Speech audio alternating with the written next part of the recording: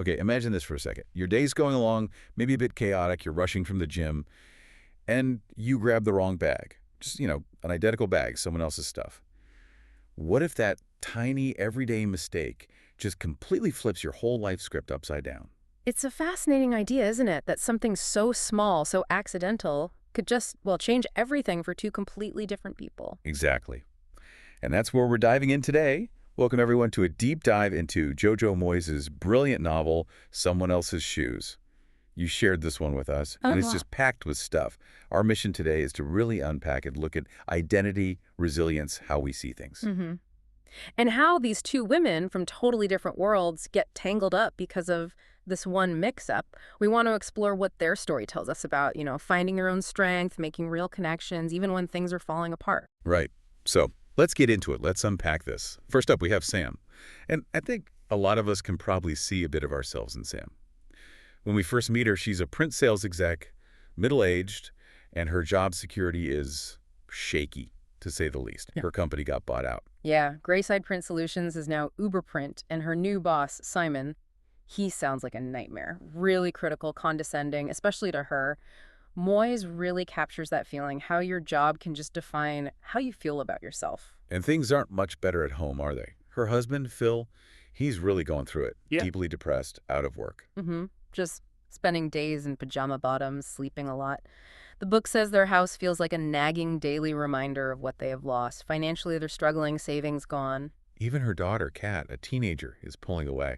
Sam feels completely swamped. She talks about feeling pale, dimply skin. Her stomach clenches just thinking about work. Yeah, she remembers feeling confident, good at her job, but now she feels totally inadequate. There's that line she has, I hate the run and I need it for my sanity. It just sums it up. And we can't forget the van, right? Phil's unfinished camper van. Oh, yeah. Blocking the driveway, giant sunflower painted on the side. It's such a symbol, isn't it, of stalled dreams, money worries. It never got past needing a new bumper, just rusting. So that's Sam's world. Then, boom, we meet Nisha. And it's like stepping onto another planet. Seriously, American woman over 40 used to just unimaginable wealth and luxury. Constant pampering described, isn't it? Top-of-the-range serums, weekly manicures, Botox. Everything. Penthouse sweet living. Yeah. Mentions of a yacht, cars, private jet, moving around the globe month to month. It really throws that idea of material wealth, bringing security into sharp relief. And her role in that life, she was the perfect company wife. Exactly. Her whole job basically was making her husband Carl look good, catering to his needs, emphasizing his superiority and virility in all these subtle ways. It really paints a picture of, well, a very transactional marriage. But then, just like that, it all collapses. It's brutal. Carl, after nearly 20 years, just cuts her off completely. Starts divorce proceedings, freezes all her money, takes her properties, even her passport. She's suddenly stranded in a hotel with literally nothing. Nothing. Her assistant's fired too. And her son, Ray, is struggling because of everything Carl's doing. It's an incredibly fast, harsh fall. And her reaction to this new reality is, wow, it's quite something. That buffet breakfast scene. Oh yeah, her worst nightmare. The greasy eggs, the pallid sausages, it shows just how removed she was. And then the ultimate indignity. Having to take a cleaning job in the same luxury hotel. Exactly. Cleaning toilets, feeling those pains and muscles she didn't know she had. It's this jarring collision with a world she never even considered. So the scene is set.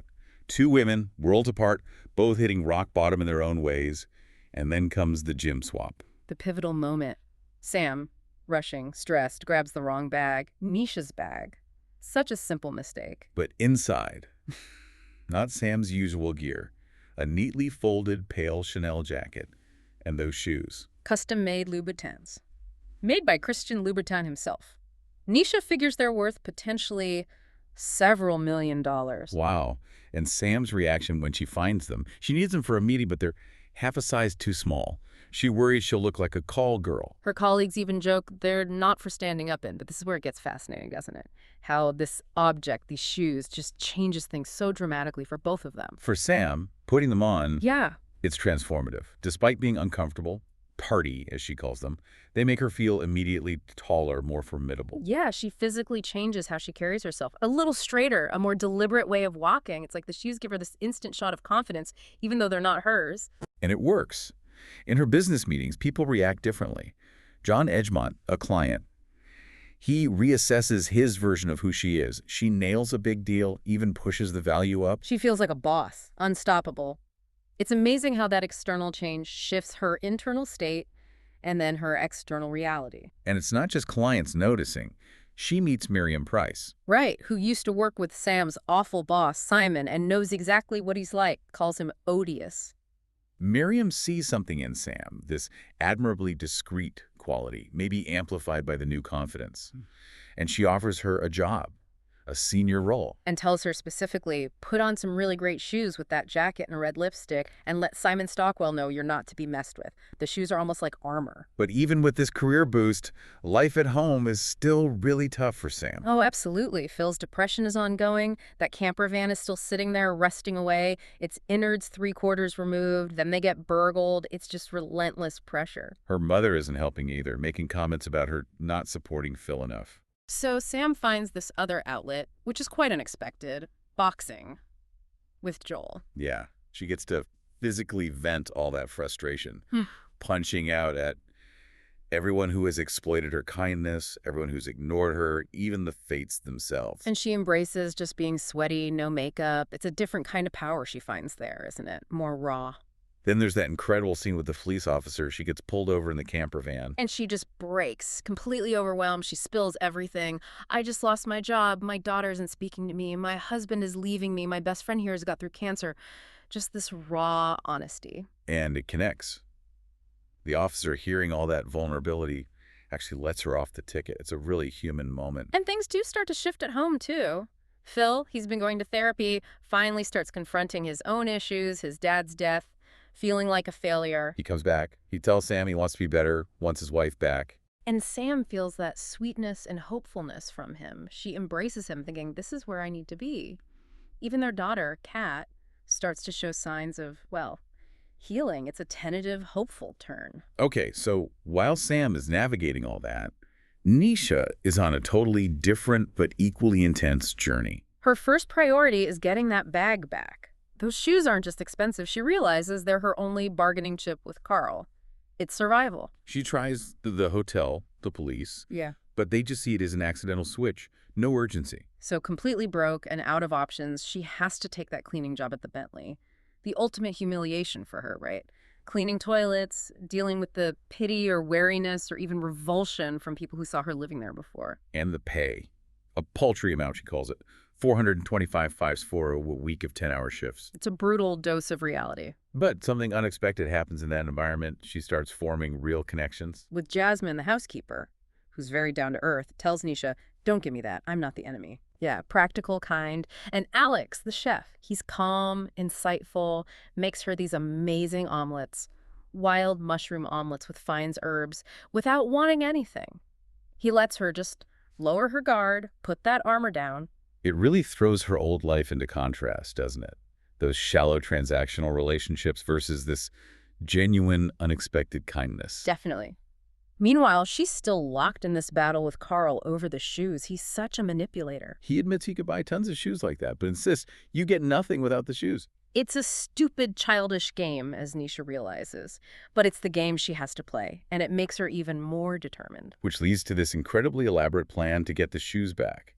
She needs help. From Sam and Jasmine, they track down the woman who bought the shoes from a charity shop, Liz Frobisher. And they set her up to win a fake prize a night at the Bentley Hotel. Which results in that absolutely wild scene where Nisha is hiding under the bed while Liz and her husband are getting intimate right above her. It's both tense and kind of darkly funny. Yeah. Shows how far she's willing to go. And she gets the shoes.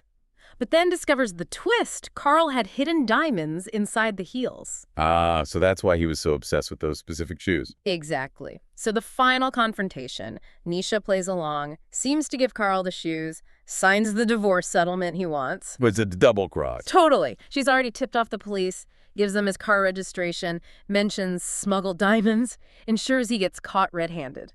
Nice. And she gets one last dig in at his new partner, Charlotte, implying the expensive jacket Charlotte's wearing looks like it's from Primark on her. Ouch. A very satisfying moment of reclaiming her power. So when you step back from both these stories, what does it all tell us? It really makes you think about appearances, doesn't it? For sure. And how crisis can actually be well, a catalyst.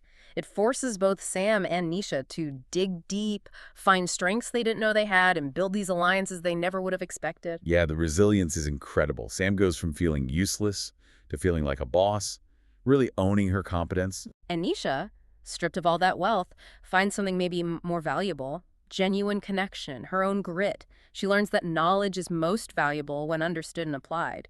It's not just about having things. And that difference between real connection and just transactions. Nisha's old life was all transactions. Her new bonds with Jasmine, Alex, even reconnecting with her friend Juliana, they're real. The shoes were the trigger, the MacGuffin, if you like, but the real change was internal for both of them, finding their own footing, you could say. Absolutely. So from a simple bag swap to these huge life shifts, someone else's shoes really shows how perception, resilience, and the people we connect with can completely reshape everything. It really does. Which kind of leads to a final thought for you, the listener, to maybe mull over. What metaphorical shoes are you wearing right now? Or maybe what shoes are you trying to kick off? How might they be affecting your confidence, how you see yourself, or even what you do next? And maybe think about who those unexpected allies might be in your own life. The ones who could help you wear those shoes or take them off. Or maybe even help you find a completely new pair. Something to think about. The Deep Dive will be back soon with another fascinating topic.